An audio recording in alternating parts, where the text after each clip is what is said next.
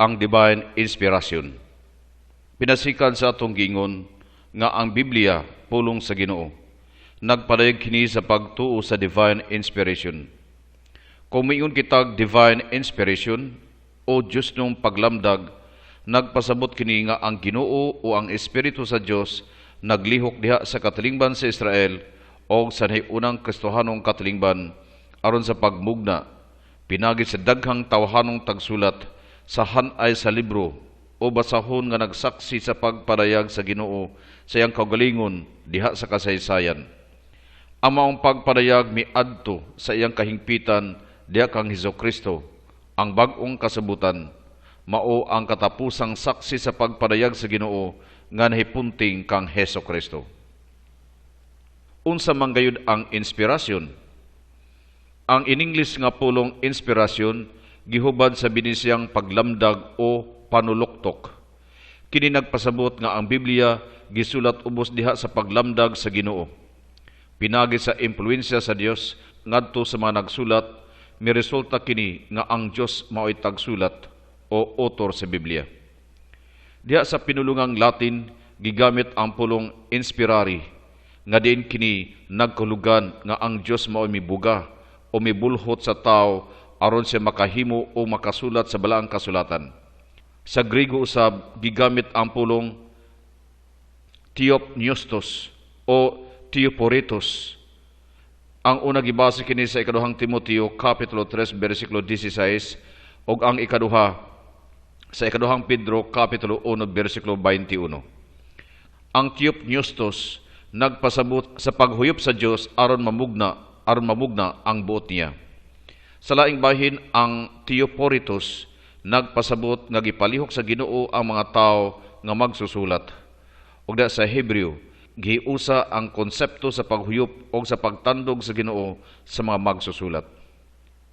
Unsa man ang kinaiya sa inspirasyon?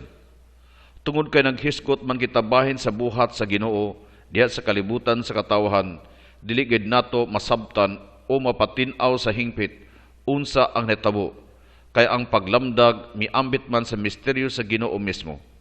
Aduna tuoy mga katin-awan o batbat may tungod sa paglamdag, apan ang simbahan misalikway kanila tungod silang kakulangan sa pagpahayag sa gituhuan sa simbahan.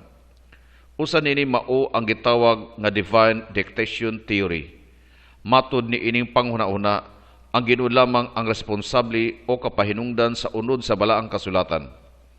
Ang matawhanong tagsulat na isama sa recording machines o mga robot nga nagsulat lamang unsa ang gidikta sa Ginoo kanila. Murag nalipong silang misulat sa mga pulong sa Dios nga wala silang masayod kung unsa ang ilang isulat. Ang maong teorya o bana-bana gisalikway sa simbahan tungod sa duha ka rason o hinungdan. Una, tungod kay kini nagpasabot nga ang Ginoo wala nagrespeto sa kagawasan sa tao. Ikaduha, tungod kay dili kini makapatinaw sa tataw sa mga kalahian sa mga sinulat sa Biblia sa pagkalahi sa ilang background, style o katuyuan sa mga tagsulat. Usa sa mga pananglitan sa kagawasnon sa manunulat makita diha sa Lucas kapitulo 1 bersikulo 1 hangtod 4. Ang laing pagpasabot sa pamaagi sa paglamdag nga gisalikway sa simbahan mao ang gitawag nga negative assistance. Matud ni ining teorya, ang tawhanong tagsulat mao lamang ang responsable sa pagsulat sa Biblia, gawas kung sila anaa sa peligro sa pagkasayop. Nianang bahina, ang Ginoo mitabang ug migiya sa mga tagsulat ngadto sa kamatuoran may tungod sa Ginoo, gawas lamang sa negatibo nga pamaagi. Sa laing pagsabot, wala kinagtugot sa talagsaong kalidad sa Biblia isip pulong sa Ginoo. Susama usab ang gitawag nga subsequent approbation theory. Matud ni ini, ang Ginoo mipanghimatuod lamang sa Biblia human kini makumpleto. Gihimo niya kining iyaha, giangkon. Tinuod nagpadayag kini sa kalambigitan sa Dios og sa katawhan, apan unsaon man pagpasabot sa mga pulong sa Biblia sama sa kalayo nga nagdilaab sa akong kasing-kasing. Jeremias kapitulo 20 bersikulo 9. O unsaon man nato pagsabot nga ang Biblia nilamdagan sa Ginoo. Samtang misalikway ang simbahan ni ini mga teorya, mahitungod sa paglamdag, siya walay giangkon nga opisyal nga pagpasabot. Apan adunay duha ka mga elemento nga atong bantayan diha sa unsa mang pagpasabot bahin sa divine inspiration. Ang una mao nga ang Ginoo mabtikong nahilambigit o kabahin diha sa talagsaong pamaagi sa paggama sa mga libro sa Biblia. Kining gasa sa pagkaanaa sa Ginoo diha sa katilingban sa Israel o sa unang Kristohanong katilingban dayag diha sa mga teksto nga naghisgot mahitungod sa paglamdag. Ikaduhang Timoteo Kapitulo 3, versikulo 15 hangtod 17, Ikaduhang Pedro Kapitulo 1, versikulo 20 hangtod 21. O diha sa makanunayang tradisyon sa simbahan, ang Biblia tinuod gayud nga pulong sa Ginoo. Ang ikaduhang elemento mao ang kagawasnon sa mga tawhanong tagsulat sa paggamit sa ilang mga talento o pamaagi, uban sa pakigtambayayong sa Espiritu sa Dios diha sa pagsulat sa balaang kasulatan, dayag kini diha mismo sa Biblia. Pananglitan ang Jeremias Kapitulo 36, versikulo 17 hangtod 18, Lucas Kapitulo 1, versikulo 1 hangtod 4, Galatia Kapitulo 6, versikulo 11.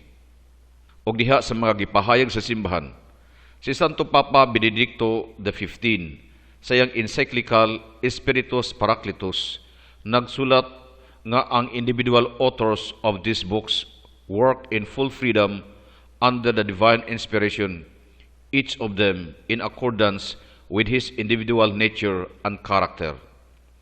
Kining hugot nga pagtuo gibalik o gisubli ni Pius XII siyang encyclical Divino Afflantis Spiritus number 33 o sa Vaticano II Di Verbum number 11.